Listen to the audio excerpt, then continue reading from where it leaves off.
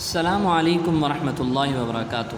عزیز طلباء، اللہ کی ذات سے امید ہے آپ خیر و عافیت سے ہوں گے۔ جماعت داہم کی اسلامیات میں ہم نے سورہ احزاب الدرس الخامس جیم آیت نمبر 41 سے آیت نمبر 49 تک ہم نے تلاوت کی تھی اور اس کا ترجمہ کیا تھا۔ جو آیتیں ہم نے تلاوت اور ترجمے کے ساتھ پڑھی ہیں، ان میں جو اہم باتیں ہیں ان کی تفہیم ہے، آج انشاءاللہ تعالی ہم کریں گے۔ عزیز طلباء، 2 تاریخ کو بدھ والے دن سے آپ کا ٹیسٹ ہے اور ٹیسٹ کا سلیبس آپ کو بتا دیا گیا تھا۔ آپ نے اس کی اچھے انداز میں تیاری کرنی ہے۔ 30 نمبر کا ٹیسٹ ہوگا اور آپ نے خوب اچھی طرح سے تیاری کر کے ٹیسٹ دینا ہے۔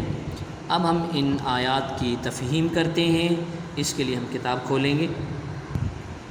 عزیز طلباء، درس الخامس جیم ہے، سب سے پہلی آیت جس میں اللہ پاک نے ایمان والوں کو مخاطب کر کے حکم دیا ہے کہ ایمان والوں اللہ تعالیٰ کو کثرت سے یاد کیا کرو۔ اذکروا اللہ ذکراً کثیرا، کثرت سے اللہ کا ذکر کرو۔ ایمان والوں کو حکم دیا جا رہا ہے کہ اللہ کو کثرت سے یاد کرو، یعنی جتنا زیادہ ہو سکتا ہے اتنا اللہ کی یاد میں اپنا وقت گزارو، یعنی صبح و شام اس کی تسبیح بیان کرو، اس کی پاکی بیان کرو۔ تو اس آیت کریمہ میں ایمان والوں کو اللہ تعالیٰ کا ذکر کثرت سے کرنے کا حکم دیا گیا ہے۔ ایک حدیث میں آتا ہے، لا یزال لسانک رطبا بذکر اللہ، کہ ہر وقت آپ کی زبان اللہ کے ذکر سے تر رہنی چاہیے۔ اور ایک حدیث میں فرمایا کہ اذکر اللہ تعالی حتی یقولوا مجنون، آپ اللہ کو اتنا یاد کرو، اتنا اللہ کا ذکر کرو، یہاں تک کہ لوگ آپ کو مجنون کہنا شروع کر دیں۔ اسی طرح قرآن پاک میں بھی اللہ تعالیٰ فرماتے ہیں کہ جب فَإِذَا قَضَيْتُمُ الصَّلَاةَ فَاذْكُرُوا اللَّهَ قِيَامًا وَقُعُودًا وَعَلَىٰ جُنُوبِهِمْ، کہ نماز سے جب فارغ ہو جاؤ تو اس کے بعد اللہ کے ذکر میں مشغول ہو جاؤ۔ یعنی کھڑے 3 ہی انسان کی حالتیں ہوتی ہیں، یا کھڑا ہوتا ہے، یا بیٹھا ہوتا ہے، یا لیٹا ہوتا ہے۔ ان تینوں حالتوں میں اللہ پاک نے فرمایا کہ اللہ کا ذکر کرو۔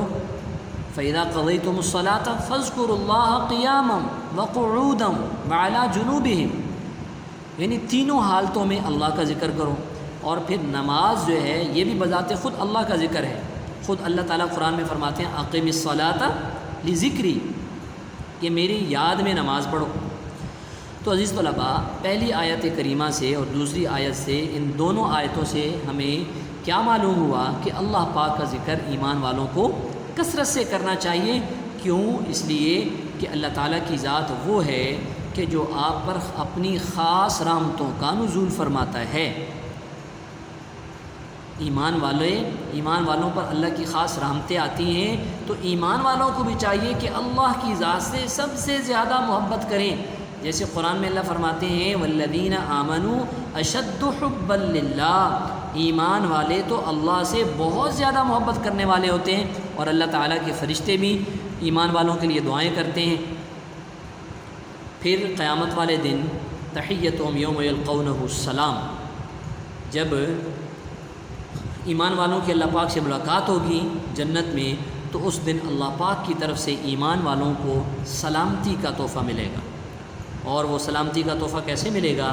قرآن مجید میں اللہ پاک فرماتے ہیں سلام قولا من رب الرحیم، سلامتی ہو تم پر رب رحیم کی طرف سے۔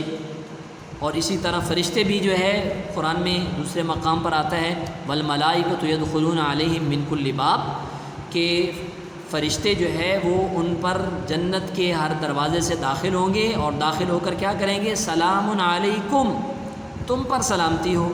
تو یہ خاص تحفہ ہے، جب اہل جنت ایمان والے جنت میں چلے جائیں گے، اللہ کی طرف سے بھی سلامتی ہوگی اور فرشتوں کی طرف سے بھی سلامتی ملے گی۔ اگلی آیت میں اللہ تعالیٰ نے نبی پاک صلی اللہ علیہ وسلم کی چند صفات بیان فرمائی ہیں۔ شاہد کہتے ہیں گواہی دینے والا۔ آپ کو گواہی دینے والا اس لیے فرمایا کہ قیامت والے دن اللہ تعالیٰ انبیاء علیہ الصلوۃ والسلام سے بھی سوال کریں گے اور انبیاء کی امتوں سے بھی سوال کریں گے۔ انبیاء علیہ الصلوۃ والسلام سے سوال یہ ہوگا، کیا آپ نے میرا پیغام لوگوں تک پہنچایا؟ اور امتوں سے یہ سوال ہوگا، کیا میرا پیغام آپ کے پاس پہنچایا گیا؟ پہنچانے والے آئے؟ اس کا دونوں جواب دیں گے۔ اب ہوگا یہ کہ انبیاء علیہ الصلوۃ والسلام جب یہ کہیں گے کہ اللہ ہم نے آپ کا پیغام پہنچایا، پھر امتوں سے پوچھا جائے گا کیا ہمارا پیغام آپ تک پہنچایا گیا؟ وہ انکار کر دیں گی۔ کچھ انبیاء علیہ الصلوۃ والسلام کی امتیں انکار کر دیں گی، انبیاء علیہ الصلوۃ والسلام اقرار کریں گے کہ ہم نے پہنچایا ہے، امت انکار کرے گی۔ اب اللہ تعالیٰ یہ سارا کچھ علم رکھنے کے باوجود انبیاء سے اللہ فرمائیں گے کوئی گواہ لے کر آؤ۔ گواہی کے طور پر انبیاء علیہ الصلوۃ والسلام امت محمدیہ صلی اللہ علیہ وسلم کو پیش کریں گے، اور یہ امت انبیاء علیہ الصلوۃ والسلام کے حق میں گواہی دے گی کہ ہمارے پاس بھی نبی پاک صلی اللہ علیہ وسلم تشریف لائے اور آپ نے ہمیں آ کر بتایا، اور ہم نے اللہ کے قرآن میں کلام میں ہم نے یہ پڑھا کہ پہلے انبیاء علیہ الصلوۃ والسلام بھی اپنی امتوں کے پاس اللہ کا پیغام پہنچاتے رہے، لہٰذا ہم ان کی گواہی دیتے ہیں۔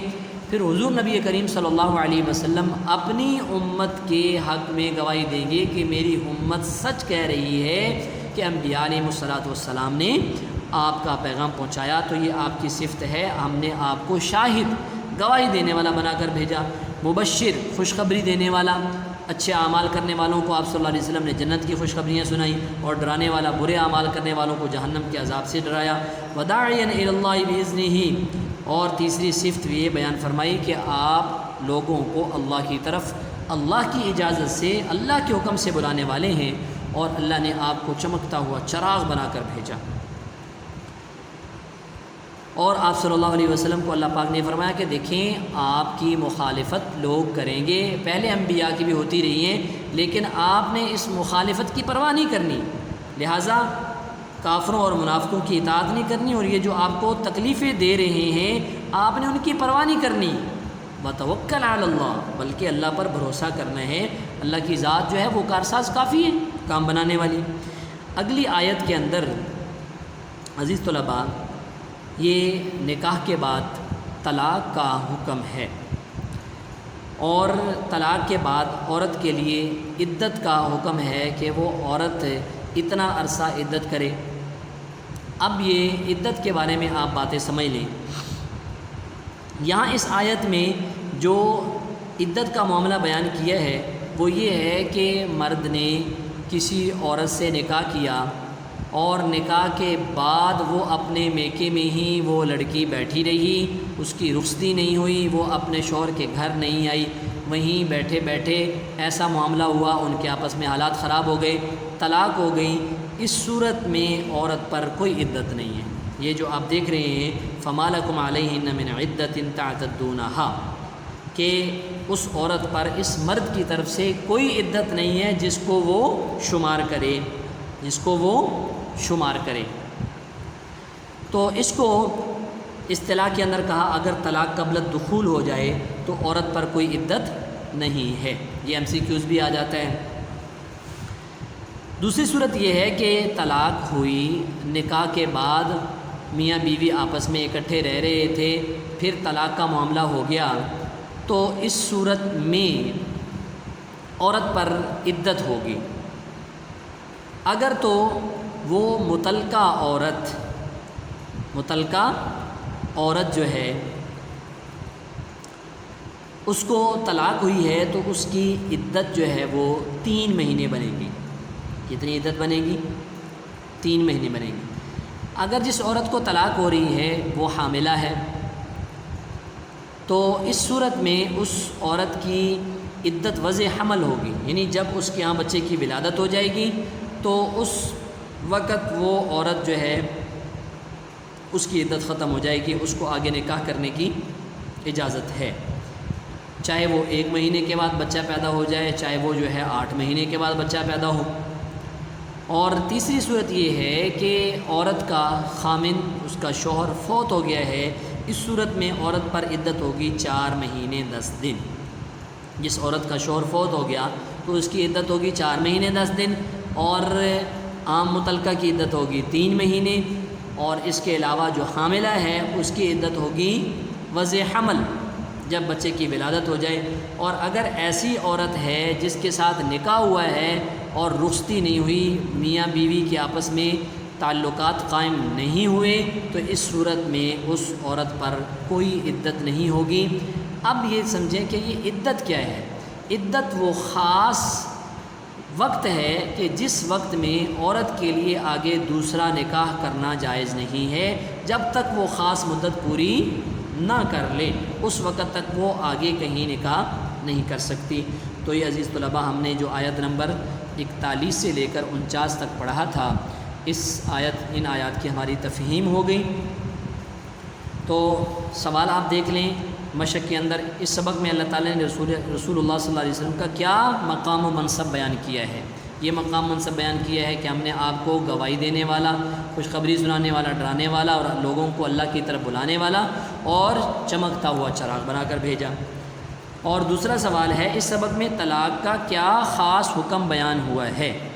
اس سبق میں طلاق کا کیا خاص حکم بیان ہوئے ہے؟ تو خاص حکم یہی بیان ہوا ہے کہ اگر طلاق قبل الدخول ہو جائے تو عورت پر کوئی عدت نہیں ہے۔ عزیز طلباء، یہ ہم نے سوالات بھی کر لیے، اور اسی طرح عدت سے کیا مراد ہے یہ بھی سوال پوچھا جا سکتا ہے۔ عدت کی تعریف میں نے آپ کو بتا دی، اور انا ارسلنا کا شاہدن سے کیا مراد ہے میں نے آپ کو ایکسپلین کر کے بتا دیا کہ شاہدن آپ صلی اللہ علیہ وسلم کو کیسے فرمایا گیا۔ تو یہ 4 سوال آپ کے شارٹ کویسچن بنتے ہیں۔ آیات کا ترجمہ آپ نے یاد کر لیا ہوگا۔ اللہ تعالیٰ آپ کا حامی و ناصر ہو۔ آپ نے اپنے ٹیسٹ کی اچھی طرح سے تیاری کرنی ہے۔ السلام علیکم ورحمۃ اللہ وبرکاتہ۔